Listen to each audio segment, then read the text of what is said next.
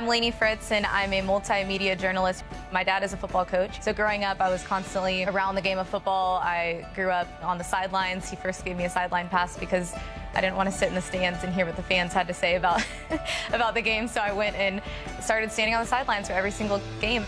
On a 9-game winning streak, the Astros are the hottest team in baseball, and they are completely dominating at the plate. A club record 35 home runs in their last 13 games. George Springer leading the way with 17. That is the most in the American League, by the way. And to put that into perspective, the Marlins have 25 home runs as a team. After a 4-home run performance in Game 1 of the ALDS, the Astros took care of business yesterday, so they were looking to do that again today and head on the road to Cleveland with a 2-0 series lead. The Rockets left for the Bay Area today after practice. They want to get acclimated to the West Coast should they have to play the Warriors on Sunday. The MVP chants were echoing throughout Toyota Center tonight, as you can imagine, and we'll get to more on Harden here in a second. But the big story tonight, obviously, the return of Chris Paul after missing 17 games. The Rockets going 12-5 in his absence. What more could you ask for on Sunday night? I know, I guess they just don't know how to win unless it's in overtime. They like the excitement and the drama, and they sure brought that tonight. It was good to see, though. They sure do play with a chip on their shoulder. That's one thing I love most about this team, that even with 33 wins and being a 3 seed in this tournament, they're always playing like the underdogs, and that starts with the leadership. We asked Coach O'Brien about that decision. He did not want to talk about it, said it was personal, but the players, they were willing to talk with us about that. J.J. Watt, Jadeveon Clowney, and Deshaun Watson himself told us about that 12-hour bus ride that Deshaun took in order to avoid air pressure on a flight. Corbin Martin was fantastic in his major league debut. 9 strikeouts through 5 1/3 innings pitched. Monday night, the Rockets have a chance to finish this series and go ahead and look ahead to round 2. It's always been about the bigger picture for this team, and through the slow start to the season, the injuries, the roster changes, they've stayed the course, and they are now peaking at just the right time and playing like a championship caliber team. It's a big night here at Minute Maid Park as the Astros look to clinch a spot in the postseason. They could do that either with a win here tonight or a Tampa Bay loss. They're playing at Toronto. I just want to ask you a quick question first. So the Texans obviously made the big play they really needed to after that gift from Frank Reich in overtime, but they also missed far too many opportunities before that to punch it in the end zone and ice things away. So, Wex, how should the fans feel right now about Deshaun Watson and his development in those pressure-packed moments?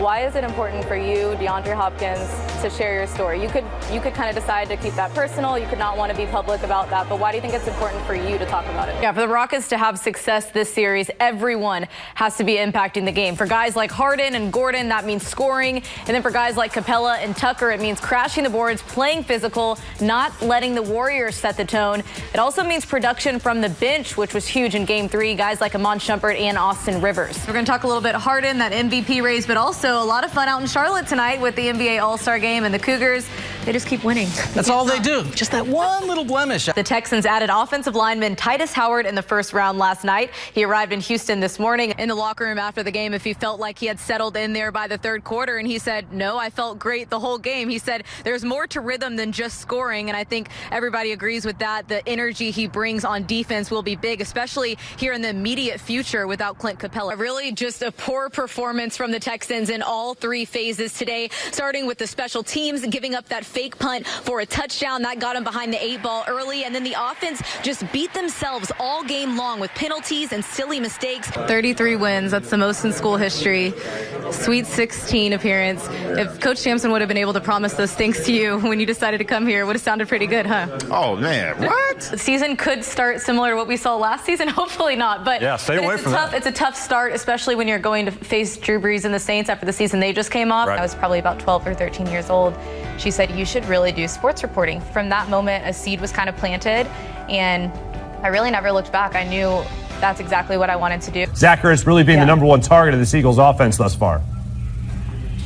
Yeah, I mean, I'll tell you, Ertz has been a name that has been brought up time and time again in the press conferences this week here in Houston, but also guys like Alshon Jeffries. They know that Foles can spread the ball around, and what they're really focused on, this Texans secondary, is not giving up the big plays. They have really struggled with that. Andrew Luck and T.Y. Hilton came up here and carved up the defense a couple weeks ago when they got their first loss after that 9-game win streak. I think Hilton had 4 catches for over 20 yards. One of those was a 60-yard catch. So their big focus right now when it comes to Nick Foles and this Eagles offense is not giving up those big yardage plays. They want to make them drive the length of the field, hope they can get a mistake, a turnover here and there. Good morning from the Toyota Center, where you can go ahead and wipe the slate completely clean. This series is tied up thanks to a huge performance from James Harden, 38 points. They are very serious about making things better for Deshaun Watson next season, investing in the protection of their quarterback with 2 of their 3 first picks being offensive linemen. Now, one of them is already here in Houston. You mentioned the 60-yard touchdown catch he had. He's now passed up Jerry Rice on 60-yard touchdown catches. So when you say he might be better at it, I think so. Yeah, it's pretty good lick. Utah had the #1 defense since the All-Star break coming into this one, but I'll tell you what, they're going to have to go back to the drawing board after tonight. And James Harden didn't even shoot particularly well, considering what we're used to seeing from him, averaging 36 points this season, had only 29 tonight. Speaking of that defense, last week they set a new NCAA record with 20 passes defended. How much confidence do you have in the way they're playing right now? And right now they are projected to be a 3 seed for the tournament. But as Coach Sampson will remind you, they've still got 7 games left to play on this schedule. So next up, they'll travel to UConn on Thursday. And then the Cougars actually end their season in a rematch with the Bearcats in Cincinnati, this time on March 10th. I think we're shocked because the expectations were so high, but I actually do agree with Carmelo. I think these are, little things like communication, things that they can fix on defense, because when you look on offense, there's no doubt this team's going to score. That's going to come. That's not anything that they have to worry about. Same thing. Everyone here was just confused. It was pretty baffling as you're seeing it's 2nd down. They've just got to get within field goal range to tie this thing if they wanted to. Didn't have to go for the win. And I personally think that that's some of the growing pains that are going to come along with having a young, mobile quarterback. After the game, Coach O'Brien also took some blame. He said that was bad coaching. Either way, they've both just got to get on the same page. I see a sweep. I think their one chance to beat the Rockets was yesterday. They didn't take advantage. James Harden had an off night, and I think it's a done deal. It's called a series. It's over. When you look back to how y'all started this season 0-3, do you think that kind of lit that fire really early for this team? 100%. Injuries are, of course, every athlete's worst nightmare. So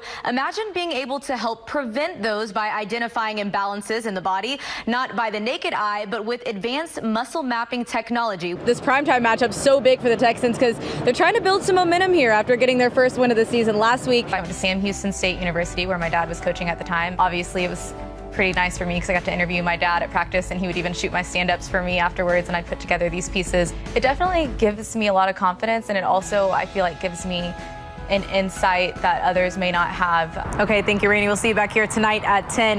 Well, the NFL draft wrapped up today with rounds 4 through 7. The Texans did not have a 4th pick thanks to last season's trade for Demaryius Thomas. He took a lot of hits tonight, but he really showed his toughness, and he stepped up in the big moments, and that's what, he's been waiting to do all season, what we knew he could do.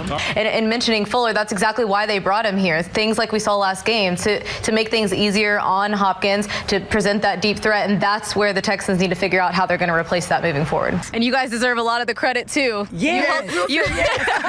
All right, so next up on Friday, they've got Kentucky in Kansas City, and we're all going to be rooting for them, that's for sure.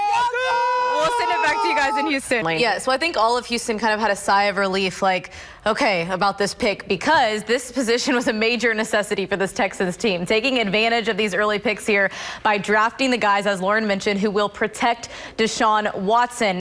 I think if Blake Bortles had not come out of this game, then the Texans defense would have kept the Jaguars out of the end zone. They just had to adjust a little bit to Kessler when he got in there and gave up that 1 touchdown. But I'm really impressed with where this Texans defense is entering Week 8. Now they've got a quick turnaround for Thursday's home game with Miami. The biggest key, I think, in how they've turned things around is their ball security. They are ranked 3rd in the league right now in the turnover takeaway margin. They're +10, and Deshaun Watson has only had 2 turnovers in the past 9 games. That's a part of his game that he has really greatly improved from last season. J.J. Watt back on the field for the first time since his injury. Very emotional day for this Texans team. Now, this team hasn't been to the playoffs in 9 years, so they tell me that is the goal. That's what they're working towards, and that's what they know would make Chris and Riley proud. Again, they start their season at home on August 31st. And Randy, Rachel, I think I speak for all of us. We're going to be cheering them on this season. So defense is the cornerstone of this team, but you kind of saw what can happen today if you guys don't have a great game offensively. How big will it be just to be firing on all cylinders? I'm actually seeing even more Cougar fans here in Tulsa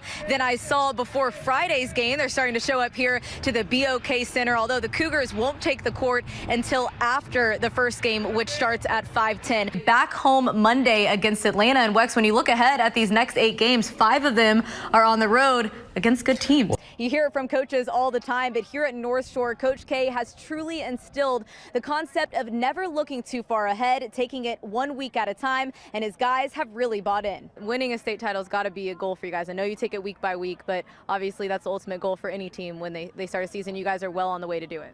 What did you see from Ohio State in that win? It seemed like they play good defense and they really go through Caleb Weston a lot. I don't know if I would go as far as to say it cost them a victory, but I think it's definitely going to define this series, how they're going to change or not change this moving forward. And for me, it's all about the consistency. This is not how they were calling things during the regular season. I think that's where the Rockets' frustration came. And as much as you can point out moments where, like right there, James did not land under himself, there were also just as many where Klay Thompson clearly on his closeout was fouling. He was actually a quarterback back in high school. He was recruited to Alabama State as a tight end before eventually transitioning to become tackle. So he's got a lot of versatility, something that Coach O'Brien is a big fan of. That's what makes women so great, that we push through, and not only are we doing just what they're doing, but we're having to do it with all the doubt and with all the outside voices. I grew up around the sport, and that's one thing that really did help me with my dad being a coach, is he really empowered me so much by telling me, you can do whatever you want. And I knew